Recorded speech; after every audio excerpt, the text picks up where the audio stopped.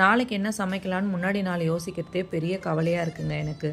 அப்படி தான் முன்னாடி நாளே நான் வந்து கீரையை வாங்கி க்ளீன் பண்ணி வச்சுட்டேன். காலையில் எழுந்திரிச்சு புளி போட்டு கீரையை கடைஞ்சாச்சுங்க. அவங்க 2 பேருக்கு மட்டும்தான், ஹஸ்பண்டுக்கும் பெரிய பையனுக்கும் மட்டும்தான். அதனால் நல்லா கெட்டியாக கடைஞ்சி கொடுத்துட்டேன் 2 பேருக்கும்.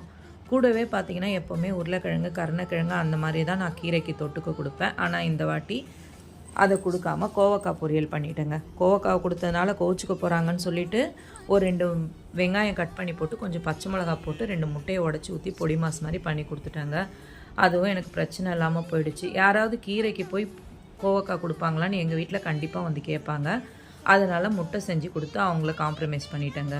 கூடவே காலையில் ஜூஸ் அடித்து கொடுக்க சொன்னாங்க. மாதுளம்பழம் நைட்டே உரித்து வச்சதுனால அதுவும் எனக்கு ரொம்ப ஈஸியாக போயிடுச்சு. கருப்பு சுண்டல் ஊற வச்சுருந்தேன். காலையில் வேக வச்சு கொஞ்சம் வெங்காயம், தக்காளி, பச்சை மிளகாய் எல்லாம் போட்டு சாலட் மாதிரி ரெடி பண்ணி கொடுத்துட்டேங்க.